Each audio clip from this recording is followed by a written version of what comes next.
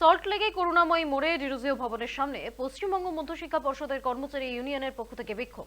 যাদবপুর বিশ্ববিদ্যালয়ের শিক্ষামন্ত্রী ব্রাত্য বসুর সাথে ঘটে যাওয়া ঘটনার প্রতিবাদে এই বিক্ষোভ সমাবেশ। শনিবার যাদবপুর বিশ্ববিদ্যালয়ের শিক্ষামন্ত্রীকে ঘিরে নজিরবিহীন বিক্ষোভ দেখায় ছাত্র সংগঠন এসএফআই। ভাঙা হয় ব্রাত্য বসুর গাড়ির কাচ এবং এই ঘটনার প্রেক্ষিতেই শুক্রবার সল্টলেকে এই বিক্ষোভ।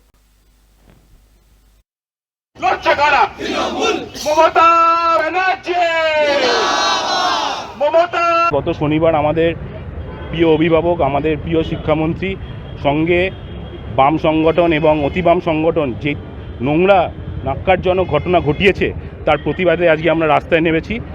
একটা জিনিস আমরা যাদবপুর ইউনিভার্সিটির এসএফআই এবং অতি বাম সংগঠনদেরকে মনে করিয়ে দিতে চাই, এটা পশ্চিমবাংলা, এটা অন্য কোনো রাজ্য নয়।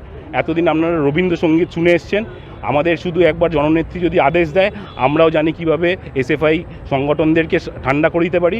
একটা জিনিস মনে রাখবার আছে, পাহাড় থেকে জঙ্গলমহল মমতা ব্যানার্জি কিন্তু একাই ঠান্ডা করেছেন। যাদবপুর ইউনিভার্সিটি কিন্তু কোনো প্যারালাল গভর্নমেন্ট চালায় না, কোনো অন্য ভিন রাজ্যে কিন্তু ওনারা থাকে না, পশ্চিমবাংলায় থাকে। আজকে আমাদের শিক্ষামন্ত্রীর সঙ্গে যে ঘটনাটা ঘটিয়েছে, আজকে বিগত বছরে শুধু সিপিএমের লোকজন ছাড়া কেউ যাদবপুরে ইউনিভার্সিটি ঢুকতে পারবে না, এই বর্বরতা আমরা প্রশ্রয় দিই না, আমরা সহ্য করতে পারি না। আজকে সেই জন্যে আজকে আমরা পথে নেমেছি।